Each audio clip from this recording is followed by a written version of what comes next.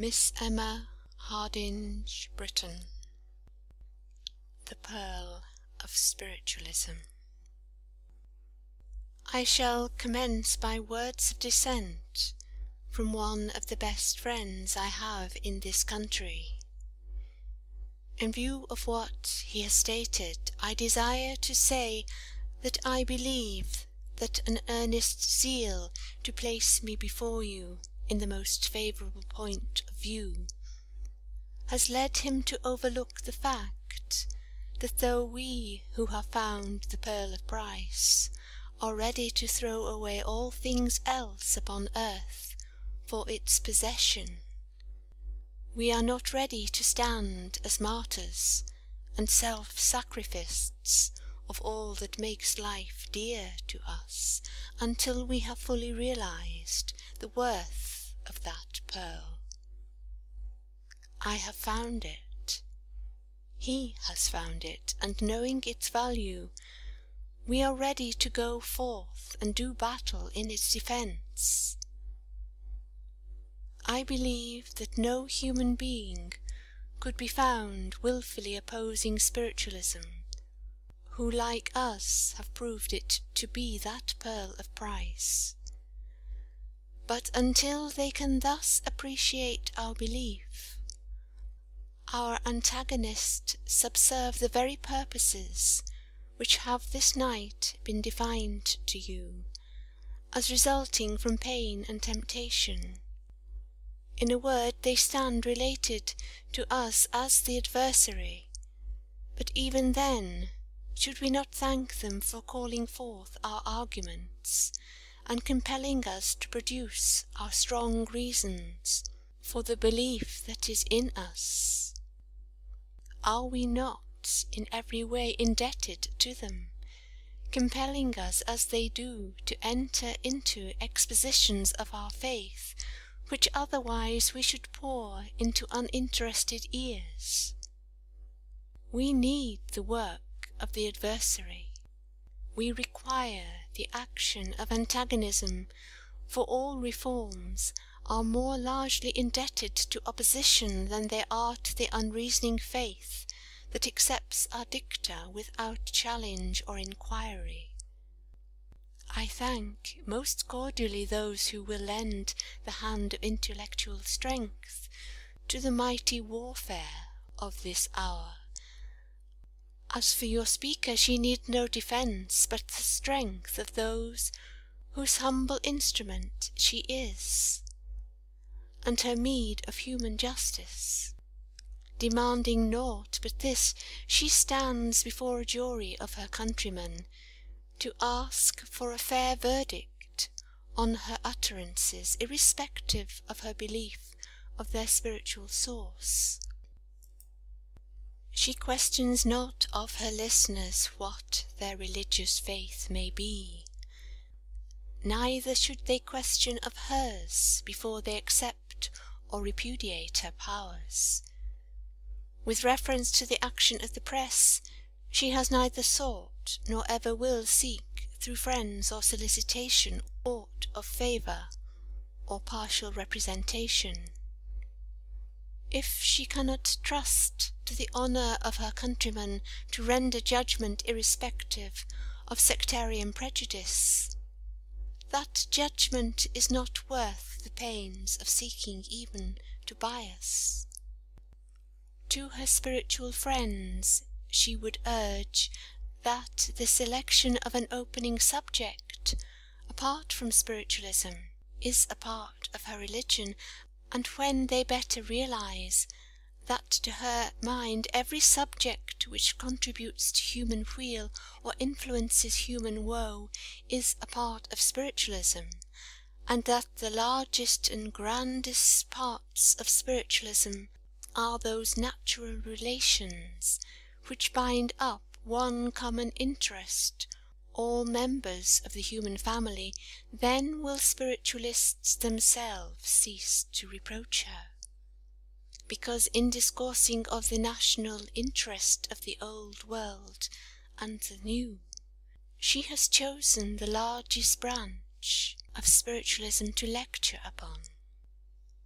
in reference to the expression of our friend, who desires to behold facts rather than hear arguments that belong to the intellectual part of the subject, I desire to say that when he is better acquainted with the quality of our pearl of price, he will find that it is fashioned on a scientific plan.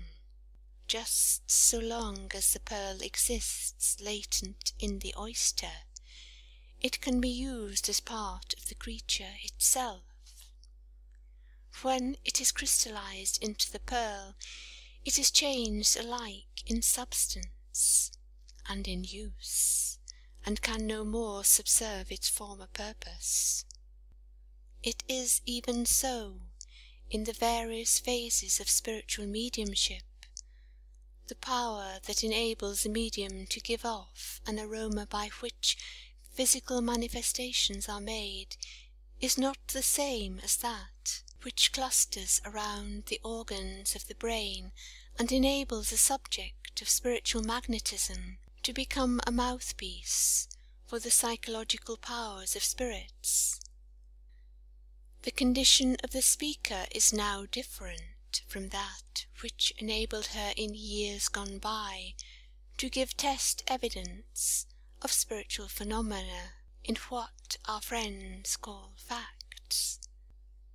Were he as thoroughly acquainted with the philosophers as with the philosophy of mesmerism, he would realize that mesmeric subjects, like spirit mediums, pass through many transitional conditions and various phases of psychological and magnetic states, and that the influence which they derive from human or spiritual magnetism only admits of certain phases of manifestation at certain times and during certain states.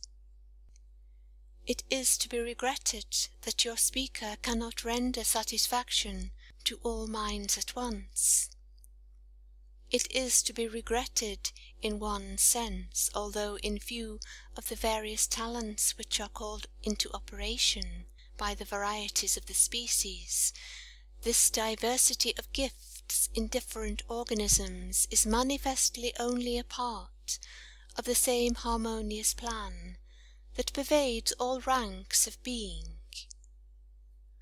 Your speaker is unable to present you the facts of phenomena of modern spiritualism, but were she able to do so, she would be unwilling to perform a work which belongs to those whose time and talents are devoted to it. You may find in this very city persons who devote all the energies and powers and possibilities that they possess to the production of the facts you seem to crave. To these we would refer you, whilst you leave in peaceable possession of this meeting those who seek alone its intellectual manifestations.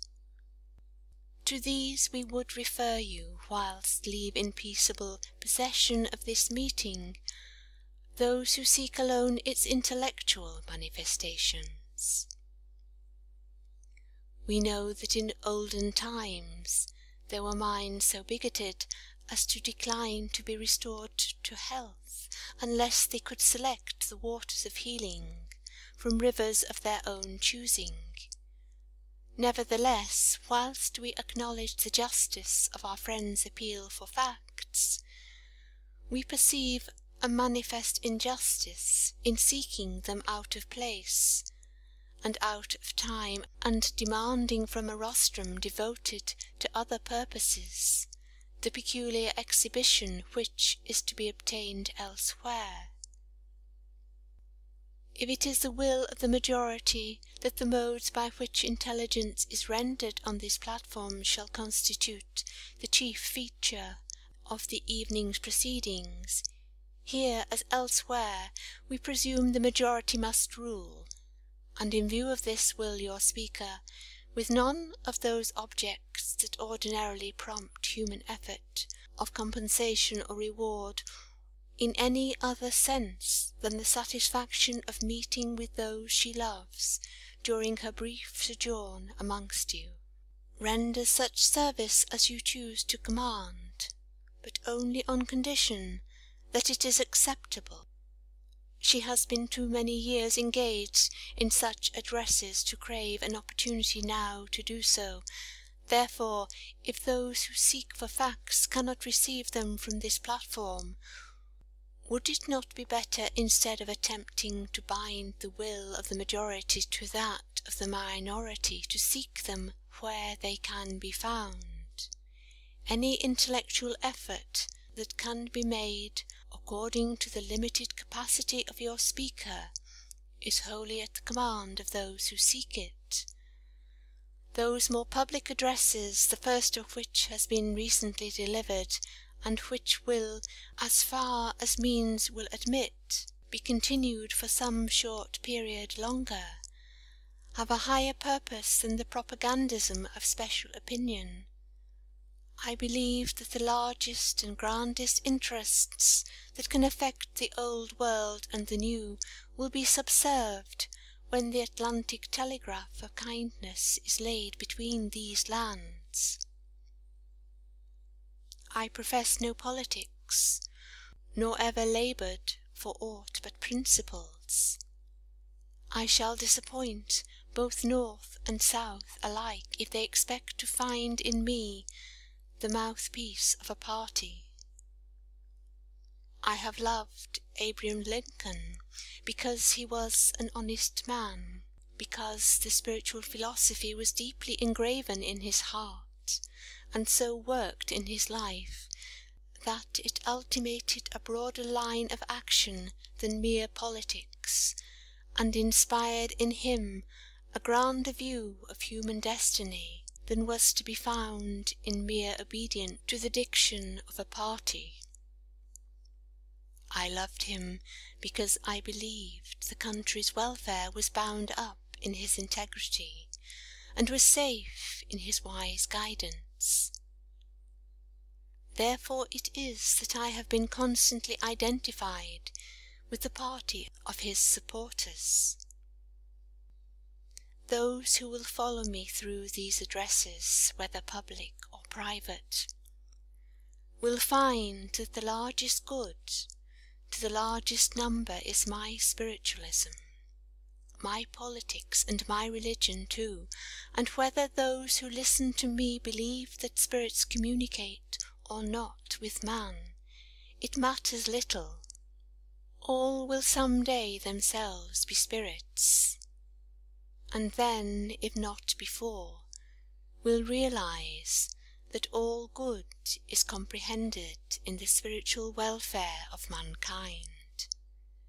And it is in this sense I urge upon my spiritualistic friends that lectures uttered on America or any other subject, whether of natural, scientific, moral, or intellectual interest, are all to me true spiritualism, provided they can make one human being think more kindly of his fellow creatures, or quit my presence with a more exalted idea of their humanity, or kindlier interest in each other's welfare.